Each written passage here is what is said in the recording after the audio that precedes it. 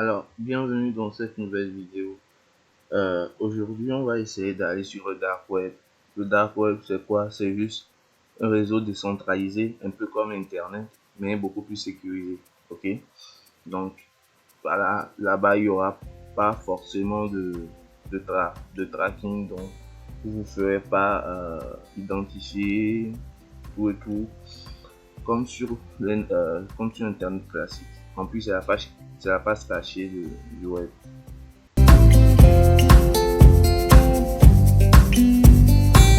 Il y a très peu de visiteurs et de sites comparés, je dirais, au web classique. Donc là-bas, vous aurez des sites un peu illégaux et voilà, votre vie privée serait beaucoup plus en sécurité. Donc, comment on fait pour aller sur le dark web? On tape download Tor browser. Et en soi, le navigateur Tor n'est pas quelque chose d'illégal en soi, ok, parce que ça permet juste de chiffrer votre communication avec les serveurs, donc de créer un petit tunnel pour pouvoir naviguer en toute sécurité. Donc, ne vous inquiétez pas, téléchargez simplement le navigateur Tor.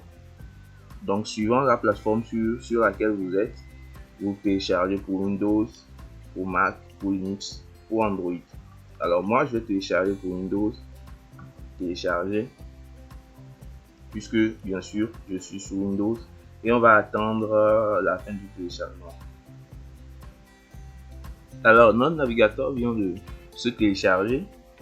Donc, on vient juste ici, puisque moi je suis sur Google Chrome, et on fait ouvrir, pour exécuter. Ok. Donc, vous suivez la procédure d'installation classique. Ok. Donc, installer. Donc, moi, j'ai déjà installé Tor, mais je vais essayer de l'installer pour voir. Donc, une fois le téléchargement terminé, vous aurez juste à venir lancer votre navigateur qui a une icône sous forme d'oignon. Donc, vous cliquez dessus et puis vous attendez que ça se charge. Je pense que c'est bon. Maintenant, le navigateur est ouvert. Qu'est-ce que vous allez faire? Vous venez, vous cliquez sur toujours se connecter automatiquement et puis vous cliquez sur se connecter. Alors là, ça va créer une sorte de tunnel à travers l'internet classique pour vous permettre d'accéder à des données un peu, je dirais un peu restreintes. Ok, donc là c'est bon, nous venons d'installer notre navigateur Tor. Donc qu'est-ce que nous allons faire? Nous allons aller sur un site en oignon, juste pour vous montrer que ça marche bien. Comment ça se passe? Je viens juste dans les préférences historiques, ma page, je clique ici sur ce site parce que les sites en oignon ont souvent des noms un peu à rallonge, donc très difficile à retenir. Voilà, donc on va sur le site en oignon comme ça. Donc c'est bon, vous allez voir que c'est une sorte de moteur de recherche mais dédié spécialement au dark web. Ok, donc je peux venir ici, je tape game